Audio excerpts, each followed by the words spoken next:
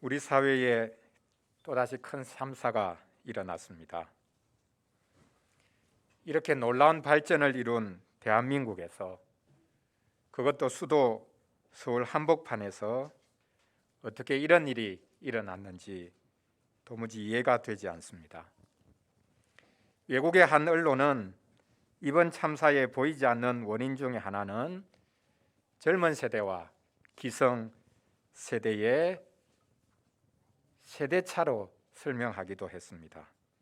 SNS나 서구 전통의 영향을 받은 젊은 세대와 이를 이해하지 못하고 비웃는 기성세대의 세대차가 이런 참사의 큰 원인 중에 하나이지 않겠나라고 분석을 했습니다. 이런 분석이 이상한 것이 아닌 것이, 우리 기독교인들, 특히 기성세대 기독교인들은 이번 참사를 젊은이들이 서양 귀신 노름에 빠졌기 때문에 하나님이 심판하신 것이라고 생각하기도 합니다. 아닙니다. 하나님께서 모든 것을 주관하신다고 해서 이번 참사의 희생자들을 하나님이 심판하시고 벌하셨다라고 말해서는 안 됩니다. 그들이 벌을 받았다면 왜 우리는 벌받지 않았습니까? 그들보다 더 큰 죄를 저지른 사람들은 왜 벌받지 않고 살아남았습니까? 이번 희생자 중 절반이 20대 여성이라고 하는데요, 가장 연약한 이들이 더 쉽게 죽음에 이르렀다는 것이 참으로 가슴 아픈 일입니다. 우리가 함께 슬퍼하고 함께 이 참사의 원인을 찾지 않으면 이런 일이 다시 일어날지 알 수 없는 일입니다. 우리 기독교인들이 앞장서서 함께 슬퍼하고 앞장서서 이 참사를 막지 못한 이유를 찾아야 할 것입니다. 오늘 말씀에 보면 우리가 너무나 잘 아는 말씀이 있습니다. 기뻐하는 자들과 함께 기뻐하고 또 우는 자들과 함께 울라라고 하는 말씀이 있습니다.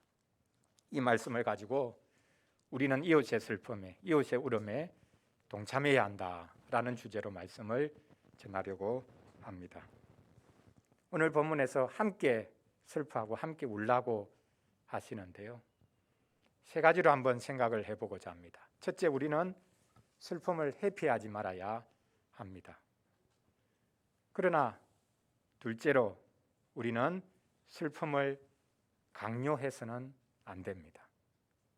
마지막 셋째로, 우리는 슬픔에 짓눌려 버려서는 안 됩니다. 우리에게 주어진 그 큰 슬픔을 애써 외면하려고 해서 안 되고, 그러나 또 그 슬픔을 어떤 이들에게 특정한 방식으로 강요해서는 안 되고요. 그리고 우리가 이 슬픔에 짓눌리지 않도록 슬픔을 함께 나누는 것이 필요합니다.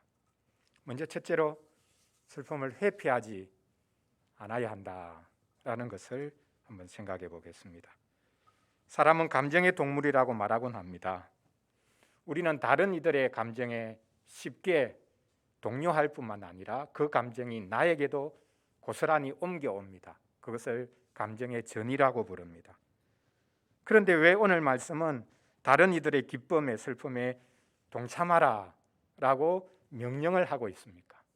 자연스러운 것인데, 다른 이들이 기뻐하면 나도 기쁘고 다른 이들이 슬퍼하면 나도 슬픈데, 그건 자연스러운 감정인데 왜 명령까지 하고 있느냐라는 말씀입니다. 우리의 감정조차도 왜곡되어 있기 때문에 이런 말씀을 하는 것입니다. 사실 오늘 말씀의 문맥을 보면 이웃의 기쁨과 슬픔에 동참하라는 말씀이 그냥 쉬운 말씀이 아니라는 것을 알 수 있습니다. 이 말씀 바로 앞에 어떤 말씀이 나옵니까?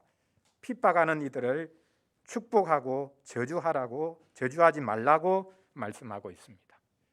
불가능한 말씀이죠. 그 말씀 바로 이어서 즐거워하는 자들과 즐거워하고 우는 자들과 함께 울라라고 말씀합니다. 그리고 바로 뒤에 덧붙여지는 말씀이 무엇입니까? 높은 데 마음을 두지 말고 낮은 데 마음을 두라라고 말씀합니다. 악을 악으로 갚지 말고 할 수 있거든 모든 사람과 더불어 평화롭게 지내라라고 말씀하고 있습니다. 무슨 말씀입니까? 우리는 적대적인 세상 가운데서 살고 있다라는 말씀입니다. 이런 환경 가운데서 즐거워하는 자들과 함께 즐거워하고 우는 자들과 함께 울 수 있다는 것은 사실 쉬운 일이 아닙니다. 나한테 잘해주는 사람들, 그들의 기쁨과 슬픔에 동참하는 것은 자연스럽고 쉬운 일이죠. 그러나 나와 아무런 관계가 없는, 상관이 없어 보이는 이들, 그들의 기쁨에 또 그들의 슬픔에 동참하는 것은 사실 어려운 일입니다. 더 나아가 나를 핍박하는 이들, 그들의 기쁨과 슬픔에 동참하라 라고 한다면 도무지 말이 안 된다고 우리는 소리칠 수밖에 없을 것입니다. 오늘 말씀에도 나와 있듯이 우리가 이웃의 슬픔에 동참하기 위해서는 16절에 나오듯이 마음을 같이 해야 합니다. 나 외에 다른 사람들, 우리 주위의 이웃들은 나와 분명히 다른 사람입니다. 그럼에도 불구하고 나의 이웃은 나와 하나도 다르지 않은 사람이라는 것을 우리는 인정해야 합니다. 이번에 희생당한 젊은이들이 나의 자녀라는 생각을 가져야 합니다. 우리가 높은 데 마음을 두면 안 됩니다. 내가 높은 자리에 올라가면 낮은 곳에 있는 사람들의 슬픔에 동참하기가 어렵습니다. 자, 우리 친구들 중에 소시오패스라는 말을 들어본 적 있습니까? 소시오패스. 반사회적 성격 장애라는 뜻을 가지고 있는 말입니다. 다른 사람의 슬픔에 전혀 공감하지 못하는 사람들을 가리킵니다. 우리 사회에, 아니 현대인들은 가면 갈수록 대부분 이 소시오패스가 되어가고 있습니다. 무엇 때문입니까? 경쟁해야 되기 때문입니다. 1등이 되라고 합니다. 내가 1등이 되어야 하니까 다른 사람들의 슬픔과 아픔과 고통에 대해서는 외면해야 되죠. 그런데 신경 쓸 여유가 없는 것입니다. 1등이 아니면 나고자라고 생각합니다. 그래서 우리 사회에 가장 문제가 되는 사람들은 나고자가 아니라 오히려 1등들입니다. 자기보다 못한 이들의 고통을 헤아리지 못합니다. 자기보다 능력이 없는 사람들은 자기가 마음껏 이용해도 된다고까지 생각하기 때문입니다. 그래서 우리는 다른 이들의 슬픔을 외면하고 있는 것입니다. 우리가 왜 울지 못합니까? 왜 타인의 고통에 대해서 안타까워하지 않습니까? 내 문제가 아니라고 생각하기 때문입니다. 그것은 나와 상관없는 남의 문제라고 생각하기 때문입니다. 물론 애써 외면하려고 합니다. 너무 힘드니까요. 그래서 외면하려고 하기 때문에 마음을, 거리를 두려고 하지만, 나 자신을 보호하기 위해서 그렇게 하지만, 그러나 우리는 그렇게 해서는 안 됩니다. 우리는 함께 죄인이 되어야 합니다. 우리는 사랑하는 이들을 잃은 이들과 함께 울어야 합니다. 특별히 우리 기독교인들은 더 이웃의 슬픔에 동참해야 하죠. 나는 믿으니 믿지 않는 저들보다 낫다, 이렇게 생각해서는 안 됩니다. 지금 당장 나는 그와 똑같은 고통을 당하지 않았으니까 지금 고통을 당한 사람들은 문제가 있다, 죄인이다, 하나님의 심판을 받았다라고 생각해서는 안 됩니다. 예수님도 친히 말씀하셨지 않습니까? 너희들도 회개하지 않으면 똑같이 멸망할 것이다 라고 말씀하셨습니다. 그러므로 우리는 이웃의 슬픔을 회피하지 말아야 합니다. 우리는 함께 슬퍼하고 함께 울어야 합니다. 거기에는 다른 어떤 말이 필요가 없습니다. 첫 번째로 우리는 슬픔을 회피하지 말아야 된다. 고통을 외면하기 위해서, 내 마음을 지키기 위해서 애써 외면하려는 마음을 버리고 함께 울고 함께 고통에 동참하는 것, 이것이 하나님께서 주의 백성인 우리에게 요구하시는 것임을 생각해야 되겠습니다. 둘째로는 슬픔을 강요해서는 안 된다는 것입니다. 우는 이들과 함께 울으라는 말씀은 슬픔을 당한 이들에게 슬픔을 강요하지 말라는 말씀도 됩니다. 유가족들에게 슬픔을 강요하지 말라는 뜻입니다. 물론 유족은 슬퍼하는 것이 당연합니다. 사랑하는 자녀를 가슴에 묻었는데 왜 슬프지 않겠습니까? 온 세상이 무너졌을 것입니다. 가슴이 무너졌는데 왜 슬프지 않겠습니까? 그런데 우리는 거기에다가 카메라를 들이댑니다. 슬픈 표정을 지어보라고, 슬픈 표정을 연출해보라고 강요하고 있습니다. 되도록이면 더 슬픈 표정을 지어 보이기를 바랍니다. 그러나 슬픔은 강요할 수 있는 것이 아닙니다. 애도하는 것도 마찬가지입니다. 곳곳에 애도의 물결이 일어나고 있지만 애도는 연출할 수 있는 것이 아닙니다. 왜 슬픔을 당한 사람들을 연기자로 만들려고 하는 것입니까? 피해자다움이라는 말이 있습니다. 혹시 들어보셨습니까? 피해자다움. 너무나 기괴한 말이 아닙니까? 피해자가 왜 피해자다워야 합니까? 피해를 당했는데 왜 피해자답게 보이라고 말을 하는 것입니까? 피해자답다는 것이 도대체 무엇일까요? 심지어 가해자가 피해자에게 피해자다움을 강요합니다. 진짜 피해자가 맞냐? 당신 표정을 보니까 피해자 아닌 것 같아. 도대체 어떤 표정을 지어야 피해자다워지는 것입니까? 눈물이 어느 순간에 메마르면 피해자답지 않은 것입니까? 잠시라도 웃으면 피해자답지 않은 것입니까? 우리는 슬픔을 당한 이들에게 참 모집니다. 슬픔에도 진정성을 요구합니다. 슬퍼하는 이들에게 화면을 들이대고 그 슬픈 표정을 클로즈업해서 사람들에게 보여주려고 합니다. 조금이라도 편한 표정을 지으면 그것이 유족으로서 할 표정이냐라고 말합니다. 우리는 이런 잔인한 들이대기를 멈추어야 할 것입니다. 애도의 한 표현은 그냥 무조건 슬픔만 하는 것이 아니라 분노도 분명히 들어갈 수 있습니다. 분노하는 것이 애도의 한 표현이기도 합니다. 우리는 사랑하는 이들을 잃은 가족들이 분노를 표출하도록 도와주어야 합니다. 우리는 저마다의 속도로 슬픔을 통과한다 라는 책 제목이 있습니다. 모든 죽음은 개별적이고 또 그런 의미에서 모든 슬픔은 개별적입니다.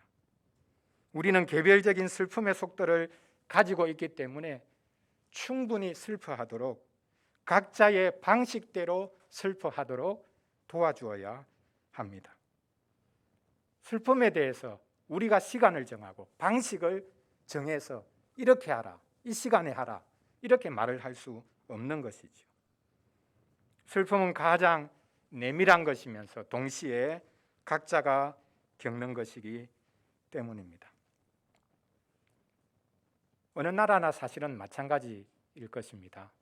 대형 참사가 일어나면 전방위적으로 슬픔을 강요합니다. 이 슬픔에 동참하라고 그렇게 강요당하는 이들, 그런 부류, 대표적인 부류가 이 공연하는 사람들입니다. 코로나 기간 동안 전혀 공연을 하지 못해서 소위 말해서 생활 자체가 곤란한 사람들이 코로나가 끝나가면서 공연을 준비해서 계획도 세우고 진행도 하려고 하는데 이번 참사로 말미암아 모든 공연을 중단하라고 사회가 요구하고 있습니다. 왜 그들에게 그 공연을 무조건 중단하라고 합니까? 소위 말해서 공연하는 사람들을 우리 사회는 아주 낮추어 보죠. 딴따라라고 생각합니다. 그런데 한번 보십시오. 스포츠 경기는 멀쩡히 열립니다. 거기에 사람들이 몰려갑니다. 왜 스포츠 경기는 계속 되는데 공연은 하지 말아야 합니까? 오히려 예술가들이, 공연하는 사람들이 우리 사회의 슬픔을 잘 표현할 수 있지 않습니까? 고통당하는 사람들을 공연을 통해서 잘 위로할 수 있지 않습니까? 그런데 왜 특정한 어떤 분야는 슬픔을 표현하지 못하도록 그렇게 만들고 있는 것입니까? 슬픔은 누가 통제해서는 안 됩니다. 예술하는 이들이야말로 애도를 가장 잘 표현할 수 있습니다. 그래서 우리는 각자의 방식대로 충분히 슬퍼할 수 있도록 도와주어야 하는 것입니다. 슬픔을 강요해서는 안 된다라는 것을 우리가 한번 생각해 보아야 합니다. 마지막 세 번째로는 슬픔에 짓눌리지 않도록 슬픔을 서로 나누어야 한다라는 것을 살펴보겠습니다. 우는 자들과 함께 울라는 것은 유족들이 슬픔에 짓눌리지 않도록 슬픔을 나누라라는 말씀도 됩니다. 슬픔이 크면 어느 순간에 우리는 그 슬픔에 짓눌리게 됩니다. 슬픔이 나를 지배하게 됩니다. 그래서 고통을 당한 사람이 사랑하는 이들을 잃은 그 슬픔 때문에 또 다른 극단적인 행위를 하게 될 수도 있습니다. 우리는 마땅히 슬퍼해야 하지만, 충분히 슬퍼해야 하지만, 각자의 방식대로 슬퍼해야 하지만 그 슬픔에 짓눌려 버리기만 해서는 안 됩니다. 우리는 슬퍼하면서 슬픔에 짓눌리는 것이 아니라 슬픔을 이겨가야 합니다. 시간이 약이라는 말이 있기는 하지만 시간이 다 해결해 주는 것은 아닙니다. 시간이 가면 갈수록 더 사무치는 슬픔과 고통도 있습니다. 시간이 갈수록 슬픔에 더 짓눌릴 수 있다는 사실입니다. 특히 이번 참사의 유가족만이 아니라 참사 현장에 같이 있었던 생존자들, 그리고 구호가들, 그들이 더 큰 슬픔에 짓눌릴 수 있습니다. 헤어나오기 힘들 수 있습니다. 깊은 트라우마에 시달릴 수 있습니다. 내가 한 사람이라도 더 살려야 됐었는데 살리지 못했다. 바로 옆에 있던 내 친구는 죽었는데 나 혼자 살아났다. 이것이 얼마나 큰 고통과 평생 가지고 가야 할 트라우마가 될 수 있겠습니까? 밤에 잠을 자지 못하고 식은땀이 흐르고 공황장애를 일으키기도 합니다. 소위 이런 것을 의학에서 PTSD라고 부르죠. 우리 청년들은 아마 들어보았을 것입니다. PTSD가 뭐죠? 우리말로 풀어도 좀 어려운 말인데요. 외상 후 스트레스 장애. 엄청난 충격적인 사건을 경험한 사람이 일상생활에서 한 번씩 그때를 연상시키는 어떤 소리나 어떤 환경이 있으면 바로 그 자기가 경험했던 그 자리가 지금 재현된다고 느껴서 엄청나게 고통을 겪는 것, 그것이 이 외상 후 스트레스 장애입니다. 일상생활을 하기가 불가능할 정도라고 합니다. 이분들을 홀로 놓아두면 안 됩니다. 희생자들을 살리지 못하고 자괴감에 빠진 생존자들의 또 구호가들의 슬픔과 트라우마도 보듬어 안아야 합니다. 여기 우리 자녀들 중에 이런 이들을 지원하고 이런 이들을 돌아보는 일을 하는 그런 우리 자녀들도 앞으로 있으면 참 좋겠습니다. 장례식은 슬픔을 위로하는 귀한 예식입니다. 그래서 전도서 7장에 보면 잔치집보다 초상집에 가는 것이 낫다라고 말씀하고 있습니다. 무슨 말입니까? 결혼식에는 못 가도 장례식에는 가라. 이게 동양 문화죠. 그러나 동양 문화가 아니라 성경에서 그렇게 말씀하고 있습니다. 유가족들은 조문객들을 맞으면서 슬픔을 잠시 잊습니다. 문제는 장례식이 끝나고 난 다음이죠. 장례식이 끝나고 조문객들이 다 돌아가고 나면 홀로 남습니다. 그러면 유가족들이 더 큰 슬픔에 사로잡힙니다. 유대인들은 참 좋은 장례 문화를 가지고 있습니다. 상이 끝나고 나면 일주일 동안 이 유가족들은 집 밖을 절대 나가서는 안 됩니다. 그럼 어떻게 해야 되겠습니까? 다른 이들이 한 주간 동안은 음식을 계속해서 그 집으로 가져다 주는 것입니다. 그리고 한 달 동안 서서히 회당에 조금씩 참여할 수 있도록 도와줍니다. 그 다음에는 1년, 소위 말해서 우리가 이제 탈상한다고 하는 그런 1년의 시간을 가지는데 1년 동안 이 유가족들은 매일마다 애도하는 기도를 합니다. 이때 중요한 것은 혼자 기도하는 것이 아니라 성인 10명이 있어야 이 매일 하는 기도를 할 수 있다라는 사실입니다. 그러니까 사실은 1년 동안 유가족들 곁에 같이 이웃이 함께 하는 것이죠. 유대인들은 애도를 훈련이라고 생각합니다. 그래서 슬픔을 숨기는 것이 아니라 함께 슬퍼하도록 그리고 애도하는 이 훈련을 어릴 때부터 가르친다고 합니다. 우리가 이것을 배워야 할 것입니다. 슬픔을 당한 이들이 너무 슬픔에 짓눌릴 수 있습니다. 자신이 잘못해서 자기 자녀에게 이런 일이 일어났다고 생각할 수 있습니다. 자기가 지켜주지 못했다는 극도의 죄책감에 사로잡히기도 합니다. 이런 것에 더 기름을 끼워 붓는 것이 우리 기독교인들이 하나님의 심판을 운운하고 하나님이 벌 내리셨다고 운운하는 것입니다. 예수님께서도 나면서부터 맹인되었던 그가 자기 죄 때문에 저렇게 된 겁니까? 아니면 부모의 죄 때문에 저렇게 된 겁니까? 라고 묻는 제자들에게 예수님이 하신 말씀이 있죠. 그런 것이 아니다.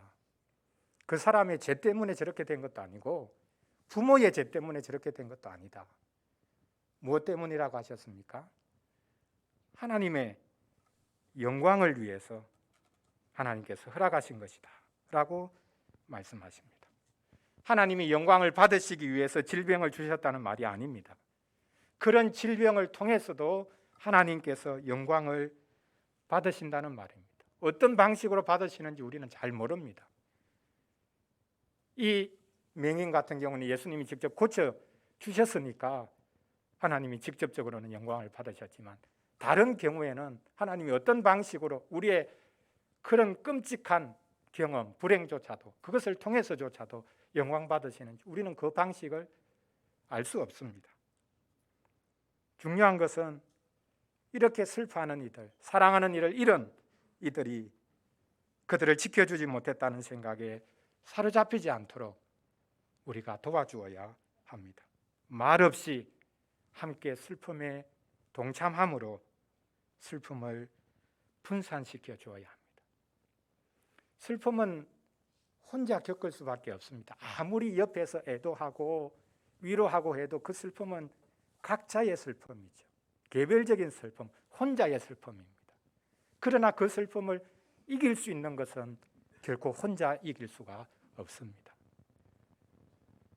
어느 누구도 동참할 수 없는 슬픔을 겪고 있지만 그 사람 혼자서는 그 슬픔을 결코 이길 수 없다라는 아이러니한 것이 바로 이 슬픔입니다.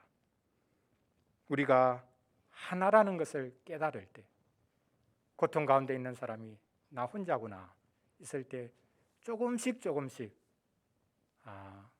하나구나, 죽은 이와 살아있는 나, 그리고 살아가는 이 세상 사람이 다 다르지만 하나이구나 라는 것을 조금씩 깨달아 간다면 죽은 이들에 대한 미안함도 벗을 수 있고 살아있는 이들과도 하나 될 수가 있을 것입니다. 사랑하는 성도 여러분, 우리 교회가 잘하지 못하는 것 중에 하나가 죽음을 슬퍼하는 것입니다. 장례 예식이 있는데 무슨 말이냐라고 할 것입니다. 그 장례 예식에서 우리 기독교인들은 애써 슬픔을 감춥니다. 슬퍼하면 믿음이 없는 것처럼 보이기 때문입니다. 우리가 왜 이별을 슬퍼하지 않습니까? 다시 만날 건데 왜 슬프냐? 그렇죠. 하지만 이 땅에서는 더 이상 함께 할 수 없는데, 이 땅에서 더 이상 다시 볼 수 없는데 왜 슬프지 않습니까? 오늘 말씀해 보면 가장 먼저는 기뻐하는 자들과 함께 기뻐하라고 말씀하셨습니다. 그러나 마지막 말은 슬퍼하고 우는 것입니다. 기뻐하는 것이 기독교의 참 모습일 수 있지만, 그러나 슬퍼하고 우는 것이 우리 기독교가 무엇인지를 오히려 더 잘 드러낼 수 있습니다. 함께 슬퍼하고 함께 울어주는 교회가 되어야 합니다. 무거운 짐을 혼자 감당하라고 떠넘겨서는 안 됩니다. 오늘 우리가 이 복된 성찬의 상에 참여합니다. 이 성찬의 상에서 우리가 무엇을 볼 수 있습니까? 그리스도께서 우리와 함께 우셨다는 것을 보여주고 있습니다. 우는 자들과 함께 울라고 하신 말씀을 실천하신 분이 바로 예수 그리스도이십니다. 예수님은 죽은 나사로를 보시고 우셨을 뿐만 아니라 우리 죽음을, 나사로의 죽음을 대신하여 죽으셨습니다. 예수님은 우리의 죽음을 자신의 온 몸으로 짊어지셨습니다. 우리는 죽음의 그늘이 어른거리는 이 세상에서 살아야 합니다. 우리는 죽음과 슬픔의 그늘 속에서 함께 울고 함께 고통을 나누며 살아가야 하겠습니다. 오늘 우리는 이 성찬의 상에 참여하여서 죽으셨을 뿐만 아니라 살아나신 그리스도를 받습니다. 그리스도의 몸을 받은 우리는 살면서 서서히 죽어가겠지만 우리는 죽으면서 사는 몸을 받습니다. 또한 오늘 이 상에 참여하여 이 떡을 먹고 마시는 이들은 그리스도의 몸을 받았기 때문에 결코 혼자의 몸이 아닙니다. 이제 우리는 누구를 만나든지 그 사람의 몸이 다른 몸이 아니라, 나와 전혀 다른 사람이 아니라 내 몸이 나누어진 몸이라는 것을 우리는 또한 알게 될 것입니다. 고통과 질병에 몸부림치고 외로움과 죽음의 치를 떠는 서로의 몸을 껴안아 주시기를 바랍니다. 그리스도께서 오늘 이 시간 우리의 몸을 껴안아 주십니다. 우리도 함께 서로의 고통과 심지어는 죽은 이들, 그들을 껴안아 주어야 하겠습니다. 기도하겠습니다.